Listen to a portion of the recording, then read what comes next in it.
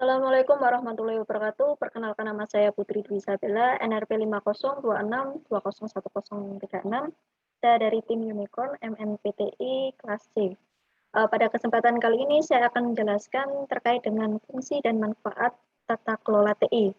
Nah, di sini saya akan menjelaskan berdasarkan dua persepsi, yaitu manfaat secara umum atau secara utama dan manfaat berdasarkan disiplin tata kelola TI. Adapun manfaat utama penerapan model tata kelola TI itu dibagi menjadi 4. Yang pertama, penyelarasan strategis yang menghasilkan peningkatan kepuasan mitra bisnis. Yang kedua, peningkatan nilai pengiriman yang didorong oleh peningkatan prioritas proyek yang mengarah pada pengurangan anggaran TI. Yang ketiga adalah peningkatan kinerja dan manajemen sumber daya, menurunkan total biaya kepemilikan TI. Dan yang keempat adalah kualitas yang dihasilkan TI itu menjadi lebih baik dan juga mengurangi masalah terkait dengan pengendalian TI. Sedangkan manfaat tata kelola TI berdasarkan disiplinnya, yaitu ada 6. Yang pertama ada IT Strategi Government. Ini memastikan keselarasan investasi TI dengan prioritas bisnis dan juga pelacakan, pemantauan, dan peningkatan keterlibatan bisnis TI. Adapun tipe manfaat dan pengaruhnya terhadap TI, yang pertama, peningkatan 10% hingga 15% berdasarkan peningkatan persepsi nilai dari TI. Yang kedua, peningkatan nilai keseluruhan dari TI melalui manajemen investasi yang lebih baik. Selanjutnya ada arsitektur government. Ini mempromosikan standarisasi dalam portfolio, aplikasi, dan teknologi, dan mendorong penyelarasan arsitektur, identifikasi, dan mitigasi risiko portofolio proyek. Nah, adapun tipe manfaat dan pengaruhnya, adanya peningkatan 15% hingga 20% tingkat penggunaan kembali arsitektur, dan yang kedua, resiko 15% hingga 10% lebih sedikit melalui penggunaan kembali komponen arsitektur yang telah teruji dalam batasan waktu. Kemudian ada project dan portfolio government.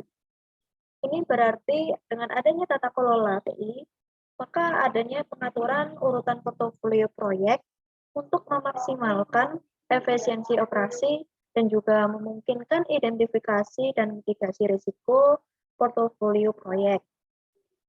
Nah, adapun tipe manfaat dan pengaruhnya yaitu adanya peningkatan 10% hingga 15% berdasarkan peningkatan nilai dari portofolio proyek, kemudian peningkatan 10% hingga 15% dalam kualitas proyek melalui tinjauan sejawat dan juga tinjauan fase dan tata kelola Dewan Peninjauan Proyek.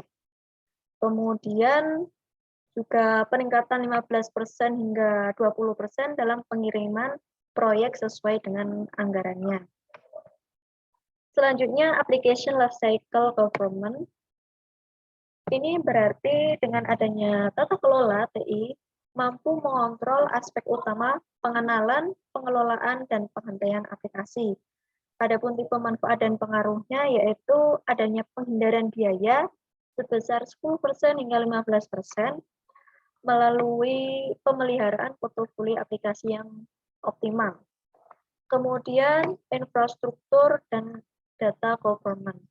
Ini mengoptimalkan biaya infrastruktur teknologi dan menerapkan kontrol atas aset informasi organisasi.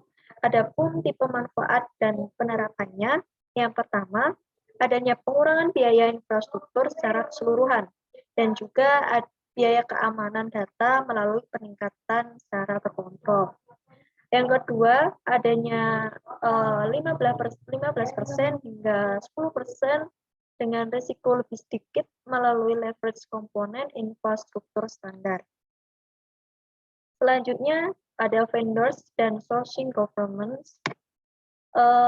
Ini berarti bahwa tata kelola infrastruktur dan data memastikan bahwa layanan yang diberikan oleh vendor memberikan nilai bisnis yang memadai dan juga mengurangi resiko bisnis yang terkait dengan vendor yang tidak berkinerja.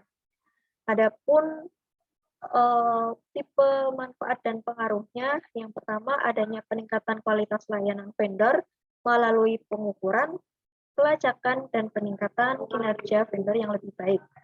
Kemudian adanya pengurangan sebesar 20% hingga 25% dalam waktu dan upaya orientasi vendor rata-rata. Dan yang ketiga, adanya pengurangan resiko sebesar 10% hingga 20% terkait dengan vendor. Selanjutnya adalah service life cycle performance.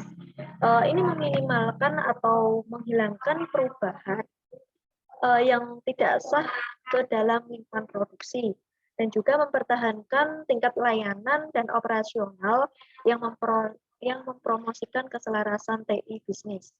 Adapun tipe dan manfaat pengaruhnya yaitu 20% hingga 30% pengurangan jumlah perubahan tidak sah di lingkungan produksi. Dan yang terakhir adalah UX Technology Governance. Ini berarti bahwa dengan adanya tata kelola meningkatkan efisiensi operasi TI dengan mengadopsi teknologi zaman now atau zaman sekarang dan meminimalkan risiko apapun yang terkait dengan hal-hal yang serupa. Adapun tipe manfaat dan penerapannya yaitu peningkatan sebesar 20% hingga 25% dalam efisiensi operasi pasca kondisi yang sudah mapan. Berikut tadi adalah pemaparan dari saya, kurang lebihnya saya mohon maaf. Wassalamualaikum warahmatullahi wabarakatuh.